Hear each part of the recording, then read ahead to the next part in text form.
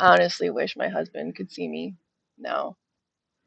It's crazy because I was pregnant with my last son and I was 4 days overdue.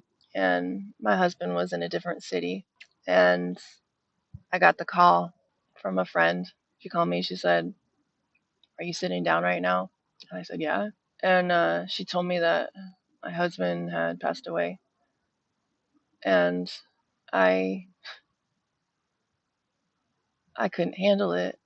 I couldn't I couldn't handle it. I didn't feel comfortable letting out what needed to be let out. So the only thing I could think was like, just take me to the hospital, take me to the hospital. And I went to the hospital and they did an ultrasound. To all you moms out there, they did an ultrasound. They were like, "Oh yeah, he's really big. He's gonna need to come out now." I gave birth to my son alone a day after my husband had died. There was nobody there. It's funny because like it's a teaching hospital.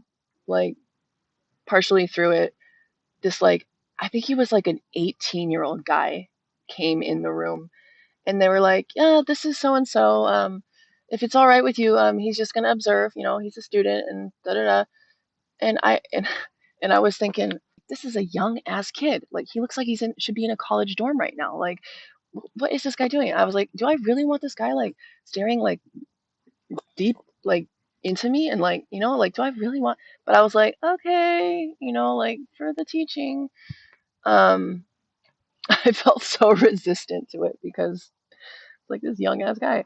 But that guy, bless his heart, that guy and his 18-year-old enthusiastic energy, he was the one that held my hand and he was the one that counted for me and he was the one that looked me in my eyes and was like, "You got this. You're going to make it through." Like he was so enthusiastic because he was so young and like it was such a blessing because like I didn't have anyone else.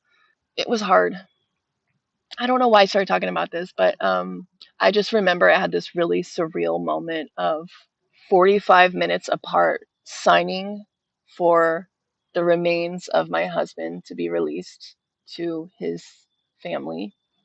And then 45 minutes later, signing the birth certificate of my son who had just come into this world.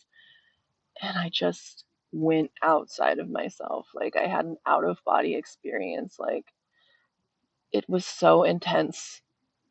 I'm never going to forget it. I remember why I started talking about this because my husband, I wish you could see me now.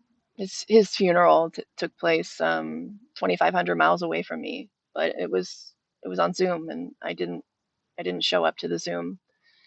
And I always felt like, what kind of wife do these people think I am? Like not showing up to my husband's funeral.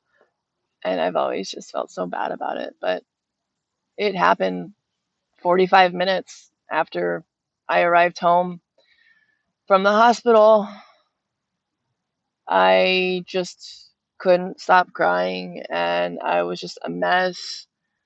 I was in so much pain and I had nobody to help me, nobody to hold the baby. I just couldn't do it. I just couldn't do it. I regret it, but I just couldn't. But he's with me. He's with me through all of this.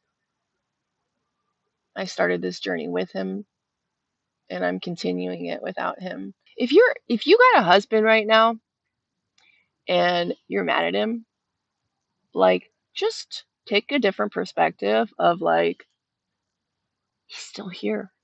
He's still alive.